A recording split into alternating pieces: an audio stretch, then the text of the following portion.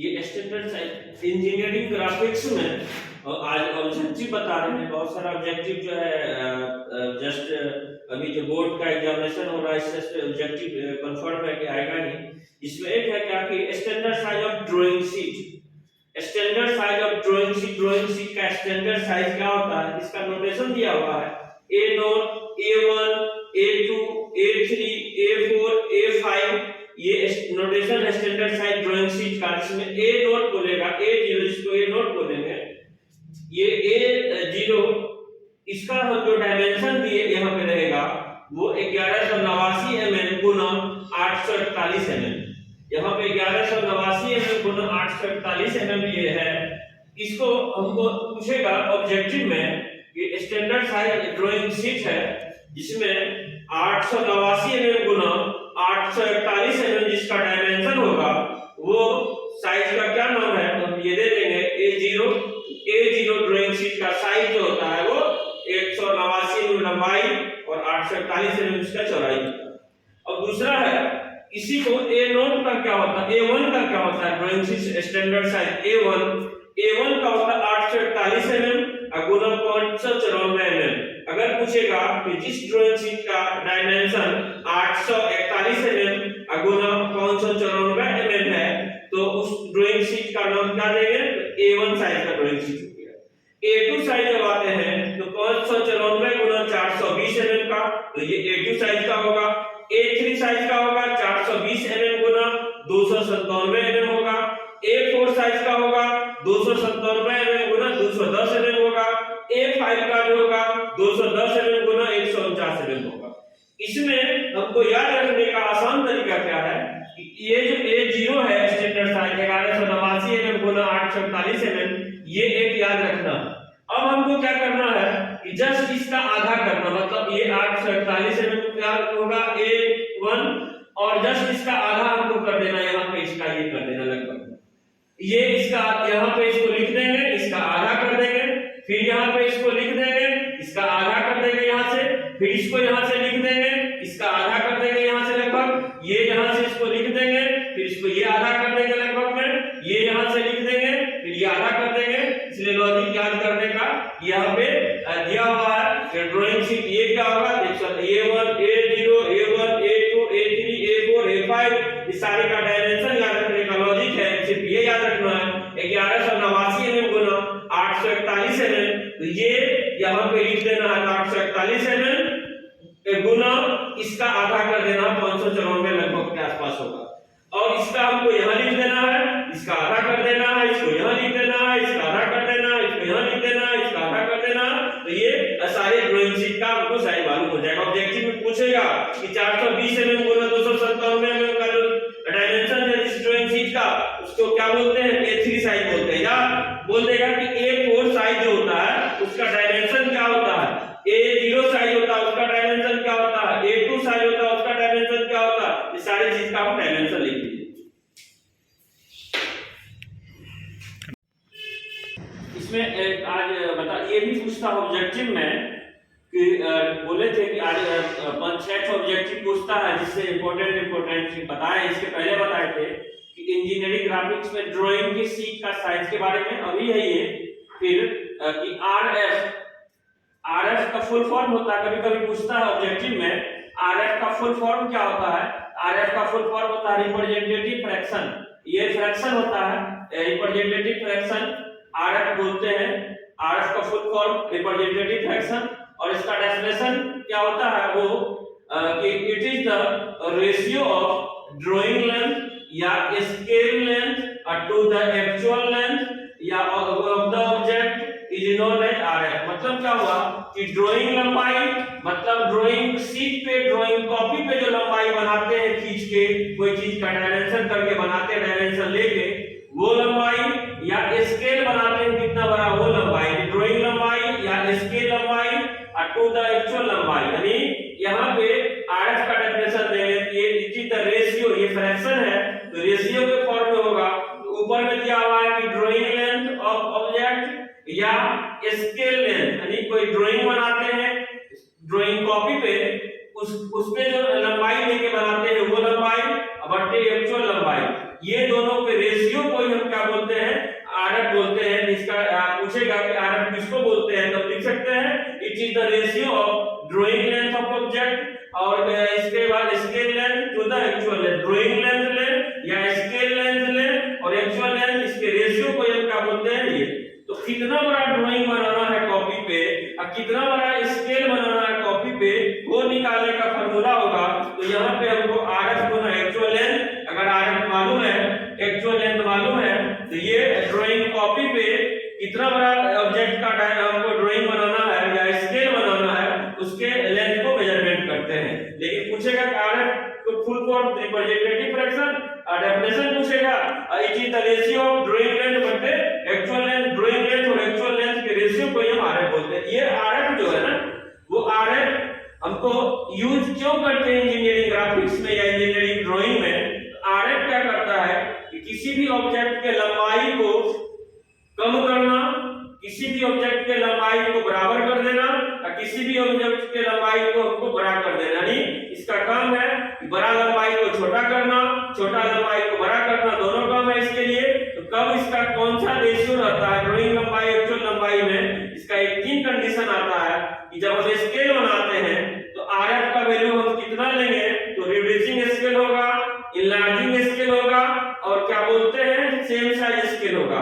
लेकिन पूछेगा सिर्फ आरएफ किसको बोलते हैं, तो रिप्रेजेंटेटिव फ्रैक्शन, इसका फुल फॉर्म, इसका ये डेफिनेशन। और ड्राइंग बनाने के लिए हम कॉपी पे जो लंबाई या ड्राइंग बनाने के लिए या स्केल जो हम यूज करते हैं कॉपी पे, उसके लिए ये लंबाई निकालने का फार्मूला है आरएफ गुना एक्चुअल लेंथ। आरएफ और एक्चुअल लेंथ को मल्टीप्लाई कर देंगे। तो ये अब है क्या कि आरएफ हम किसी का निकालते कैसे हैं। आरएफ निकालने के लिए हमको क्या करना है कि किसी चीज का आरएफ, जैसे इसमें लिखे हैं कि RF equal to drawing length बटे एक्चुअल लेंथ, ड्राइंग लंबाई और एक्चुअल लंबाई के रेशियो को आरएफ बोलते हैं। तो किसी का आरएफ हम निकालेंगे कैसे, वो मेजरमेंट करके यहाँ पे दिखाते हैं कि आरएफ को कैसे हम मेजरमेंट करते हैं निकालने के लिए। तो यहाँ पे मेजरमेंट कैसे करते हैं, तो यहाँ पे हमको एक मान लेते हैं कि यहाँ से कि ये पटना से ये दिल्ली का जो डिस्टेंस है मान लेते हैं वो 1000 किलोमीटर। पटना से दिल्ली का जो डिस्टेंस है यहाँ से मान लेते हैं कि 1000 किलोमीटर है। तो क्या ये जो लाइनिंग हम खींचे हैं इस ब्लैक बोर्ड पे दिखाने के लिए, वो 1000 किलोमीटर का लाइनिंग है, ये 1000 किलोमीटर का लाइनिंग नहीं है। मतलब ये जो लंबाई हो गया मेरा, वो एक्चुअल लंबाई हो गया, यानी एक्चुअल लेंथ उसका तो कितना है 1000 किलोमीटर। लेकिन हम ड्राइंग कॉपी पे या ड्राइंग शीट पे ये जो लंबाई खींचते हैं वो मान लेते हैं कि 10 सेंटीमीटर है। मतलब ड्राइंग कॉपी पे जो लंबाई खींचते हैं, ड्राइंग बनाते हैं, इस लंबाई को ड्राइंग लंबाई बोलते हैं या स्केल लंबाई बोलते हैं, और इस लंबाई को बोलते हैं एक्चुअल लंबाई। मतलब ये पटना से दिल्ली का जो ये डिस्टेंस हम नोमेनक्लेचर करके लाइनिंग खींच के दिखाए हैं, वो एक्चुअली में ये 1000 किलोमीटर का नहीं है, वो कितना है 10 सेंटीमीटर का। 10 सेंटीमीटर को दिखाए हैं, 10 सेंटीमीटर ये जो लाइन खींचे हैं, ये लंबाई हमको कहलाएगा ड्राइंग लंबाई या स्केल लंबाई। ये ड्राइंग लंबाई है, ये स्केल लंबाई है। तो कहेगा बताइए ये दोनों के बीच फ्रैक्शन कितना होगा। फ्रैक्शन के लिए हम बताए थे it is the ratio of drawing लंबाई टू द एक्चुअल लंबाई। ड्राइंग जो कॉपी पे खींच के बनाए हैं वो 10 सेंटीमीटर बोले हैं बनाने के लिए, लेकिन उसको रिप्रेजेंट एक्चुअल में कितना करते हैं, 1000 किलोमीटर को करते हैं। इसलिए 1000 किलोमीटर को मीटर में बदल देंगे, यहाँ से ये मीटर में किलोमीटर को मीटर में बदलेंगे 1000 से, और यहाँ मीटर को फिर सेंटीमीटर में बदलेंगे, 100 से मल्टीप्लाई कर देंगे। तो इसका दोनों के बीच में फ्रैक्शन कितना होगा, वो फ्रैक्शन हमको मालूम हो जाएगा। लेकिन ये जो लाइन खींचे हैं वो 10 सेंटीमीटर का, एक्चुअली में है वो कितना 1000 किलोमीटर का। दोनों के बीच फ्रैक्शन क्या होगा, फ्रैक्शन के अकॉर्डिंग डेफिनेशन कि एक्चुअल ड्राइंग लंबाई बट एक्चुअल लंबाई। जो ड्राइंग हम खींचे हैं ब्लैक बोर्ड पे बनाने के लिए वो 10 सेंटीमीटर का खींचे हैं लंबाई, लेकिन एक्चुअली में है वो कितना 1000 किलोमीटर। इसलिए ड्राइंग लंबाई बट एक्चुअल लंबाई दोनों के यूनिट को सेम कर दिए हैं, इसी को ये आरएफ मेजरमेंट करते हैं। मान लेते हैं कि दूसरा, ये पहला एग्जांपल हो गया। दूसरा एग्जांपल क्या है कि ये मान लेते हैं क्या कि 2 इंच इक्वल टू 10 फीट। मान लेते हैं कि कोई 10 फीट का डिस्टेंस है, तो 10 फीट हम ड्राइंग बना के दिखा नहीं सकते हैं। कॉपी पे हम 10 फीट का ड्राइंग बना के दिखाना मुश्किल है, 10 फीट का लाइन नहीं खींच सकते हैं। तो वो हमको बता रहा है कि आप 10 फीट के दूरी को ड्राइंग बनाने के लिए मान लीजिए कितना, तो 2 इंच मान लीजिए। बोल सकते हैं कि 10 फीट के दूरी को हमको दिखाना है कितने दूरी में, 2 इंच में ही प्रोजेक्ट करके दिखाना है। एक्चुअली में ये इसका कौन सा लेंथ हो गया, एक्चुअल लेंथ हो गया, ये इसका एक्चुअल लेंथ। लेकिन हमको दिखाने के लिए बोल रहा है ड्राइंग कॉपी पे या ब्लैक बोर्ड पे हम दिखाने के लिए बोल रहा है हमको 2 इंच। इसका मतलब क्या होगा कि ये जो हो गया मेरा वो ड्राइंग लेंथ हो गया, मतलब ड्राइंग बनाने का लेंथ ये हो गया, या स्केल लेंथ इसी को बोलते हैं। ये दोनों के बीच में फ्रैक्शन बोलेगा, मतलब 10 फीट को एक्चुअल लंबाई है जिसको हम ड्राइंग कॉपी पे नहीं दिखा सकते 10 फीट, क्योंकि उतना स्पेस मेरे पास कॉपी पे है नहीं, ब्लैक बोर्ड पे है नहीं। लेकिन इस 10 फीट के दूरी को दिखाने के लिए बोल रहा है 2 इंच, मतलब ये 2 इंच जो होगा मेरा वो ड्राइंग बनाने का लंबाई होगा, स्केल बनाने का लंबाई होगा। जिस तरह यहाँ पे ये 10 सेंटीमीटर में पे हम 1000 किलोमीटर को रिप्रेजेंट किए हैं, उसी तरह 2 इंच पे हम 10 फीट को रिप्रेजेंट करेंगे। तो दोनों के बीच फ्रैक्शन क्या होगा, ये फ्रैक्शन बहुत बराबर हम जानते हैं कि आर बराबर क्या होता है, it is the ratio of drawing लंबाई। ड्राइंग बनाने के लिए कॉपी पे हमको 2 इंच बोल रहा है, लेकिन उस एक्चुअल लंबाई कितना है, वो 10 है फीट में, तो इसको इंच में बदल देंगे। ये दोनों के बीच हमको फ्रैक्शन मालूम हो गया। यहाँ से एक एग्जांपल यहाँ पे और है इस जगह से कि मान लेते हैं कि कहीं पे हमको क्या किया कि बोल रहा है क्या यहाँ से 0.05 सेंटीमीटर इक्वल टू 5 मीटर। मतलब क्या है कि आप मानने के लिए बोल रहा है क्या कि कोई 5 मीटर का दूरी एक्चुअली में है, जिस 5 मीटर के दूरी को हम इस ब्लैक बोर्ड पे भी नहीं खींच सकते 5 मीटर का, क्योंकि इतना स्पेस नहीं है। बोल रहा आप उस दूरी को कितने डिस्टेंस में दिखाइए, 5 सेंटीमीटर में दिखाइए। मतलब ये तो एक्चुअल लंबाई हो गया मेरा, ये एक्चुअल लेंथ हो गया, और ये दिखाने के लिए कॉपी पे बोल रहा है, इसलिए ये कौन लंबाई हो गया हमको, ये ड्राइंग लंबाई हो गया। अब ये दोनों के बीच अगर फ्रैक्शन बोल रहा है निकालने के लिए, हम बोल सकते हैं डेफिनेशन के अकॉर्डिंग कि जो कॉपी पे बनाने वाला, जो बोर्ड पे बनाने वाला लंबाई है, जिसको ड्राइंग लंबाई बोलते हैं, वो कितना हमको बोल रहा है, 0.5 सेंटीमीटर बोल रहा है। एक्चुअली में है वो कितना बड़ा, तो 5 मीटर का है, तो उसको सेंटीमीटर में बदल देंगे यहाँ से।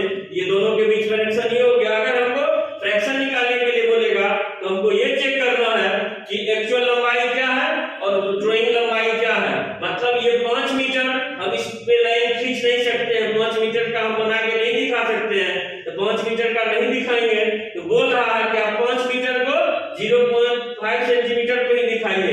कहने का मतलब ये हम 0.5 सेंटीमीटर का यहाँ पे लाइनिंग लेंगे, 0.5 सेंटीमीटर का ये लाइन है, लेकिन इस पे दिखाएंगे कितना को, ये 5 मीटर को दिखा देंगे यहाँ से। तो कहने का मतलब ये जो लंबाई दिखाने के लिए है वो ड्राइंग लंबाई, एक्चुअल में 5 मीटर है, तो दोनों के बीच का फ्रैक्शन मालूम हो गया। अब हमको एक याद रखना है यहाँ पे कि इस फ्रैक्शन में ऊपर का जो वैल्यू है कम है, नीचे का वैल्यू ज्यादा है। इस फ्रैक्शन में ऊपर का वैल्यू कम है, नीचे का वैल्यू ज्यादा है। इसी फ्रैक्शन में ऊपर का वैल्यू कम है, नीचे का वैल्यू ज्यादा है। तो एक ऑब्जेक्टिव ये भी पूछता है, अगर हमको RF का जो वैल्यू होगा वो लेस देन 1 होगा। कहने का मतलब यहाँ पे भी 1 से कम होगा, यहाँ पे भी 1 से कम होगा, यहाँ पे भी 1 से कम होगा। 1 से कम इसलिए होगा कि ड्राइंग बनाने का लंबाई छोटा होता है, एक्चुअल लंबाई बड़ा होता है, इसलिए इसका जो रेशियो होगा वो 1 से कम होगा। अगर किसी का हम ये RF का वैल्यू 1 से कम आ रहा है तो वो स्केल हमको कौन कहलाएगा, स्केल एक पढ़ना है, वो जो ड्राइंग क्या कहलाएगा हमको, यहाँ पे ये जो कहलाएगा हमको यहाँ से कि एक RF लेस देन 1 है, ये RF जब लेस देन 1 होगा तो ये ड्राइंग कहलाएगा हमको रिड्यूसिंग स्केल। मतलब इस जो बनेगा स्केल यहाँ पे इसका यूज करके वो रिड्यूसिंग स्केल। तो ये है कि जब RF का वैल्यू 1 से कम होगा, एक बार RF के बराबर होगा 1 का, और RF का 1 से बड़ा होगा, तो ये तीनों कंडीशन के लिए हम अभी जस्ट फिर बता रहे हैं। ये रिप्रेजेंटेटिव फ्रैक्शन में अब आगे आ रहे हैं। अगर RF का वैल्यू, रिप्रेजेंटेटिव फ्रैक्शन का वैल्यू 1 से कम एक बार होगा तो कौन सा स्केल बनेगा, 1 से बड़ा होगा तो कौन स्केल बनेगा, RF का वैल्यू 1 के बराबर होगा तो क्या होगा, अगर RF का वैल्यू लेस देन 1 तो RF का जो रेशियो होगा रिप्रेजेंटेटिव फ्रैक्शन का 1:2 में होगा, 1:2 में होगा वो, तो वहां पे रिड्यूसिंग स्केल बनेगा। तो ये रिड्यूसिंग स्केल पूछेगा कि रिड्यूसिंग स्केल में RF का वैल्यू क्या होता है, तो 1 से कम होता है और रेशियो के फॉर्म में 1:2 में होता है। तो पूछेगा जो रिड्यूसिंग स्केल बनता है तो उसमें RF का वैल्यू लेस देन 1 और उसका रेशियो 1:2 होता है। अब हमें पूछेगा जब इनलार्जिंग स्केल बन रहा है तो RF का वैल्यू रिप्रेजेंटेटिव फ्रैक्शन का वैल्यू क्या होता है, 1 से ज्यादा होता है, तो RF का अनुपात जो होता है 2:1 होता है। यहाँ पे मतलब क्या हुआ कि RF हम अभी जस्ट बताए हैं कि RF के लिए बताया कि RF इक्वल टू क्या होगा, इसका ये ड्राइंग लंबाई यानी ये यहां से ड्राइंग लेंथ बटे एक्चुअल लेंथ। अब यहाँ पे क्या आ रहा है कि इसमें जब देखेंगे रिड्यूसिंग स्केल में तो 1:2 का मतलब क्या होगा कि ऊपर वाला कम रहता है और नीचे का जो एक्चुअल है तो वो ज्यादा रहता है, ड्राइंग लेंथ कम और एक्चुअल लेंथ ज्यादा, तब तो इसका रेशियो होगा 1 से कम होगा। जब 1 से कम होगा तो वो कौन सा स्केल बन जाएगा हमको, वो रिड्यूसिंग स्केल बन जाएगा, मतलब कि जितना दिया रहेगा उससे छोटा स्केल ये बन जाएगा। क्यों, क्योंकि हमको बोल रहा है कि ड्राइंग रिप्रेजेंट करने के लिए एक्चुअल से ऊपर क्या होता है, ये कम होता है। RF जब बोलेगा ग्रेटर देन 1 तो ये ड्राइंग लंबाई बड़ा हो जाता है, एक्चुअल लंबाई छोटा हो जाता है, ड्राइंग लंबाई बड़ा एक्चुअल लंबाई छोटा, तब इसका जो रेशियो होगा वो 1 से बड़ा होगा। और जब इस तरह कंडीशन यूज करेंगे RF का तो वहां पे जो स्केल बन जाएगा हमको वो इनलार्जिंग स्केल बन जाएगा। अब यहाँ पे कि RF इक्वल टू 1 कहने का मतलब क्या कि जितना बड़ा हमको ड्राइंग एक्चुअल लंबाई दिया हुआ ड्राइंग बनाने के लिए उतना ही बड़ा ड्राइंग अगर हम बना देते हैं तो वो क्या कहलाएगा, मतलब ड्राइंग लंबाई और एक्चुअल लंबाई जब दोनों बराबर हो जाएगा तब RF का वैल्यू क्या हो जाएगा, 1 हो जाएगा। इसलिए 1:1 दिए हैं, ये जितना उतना ही एक्चुअली लेंथ, तो उसको बोलते हैं full size scale. Full size scale बोलते हैं मतलब जितना बनाना था उतना ही साइज का बनाना।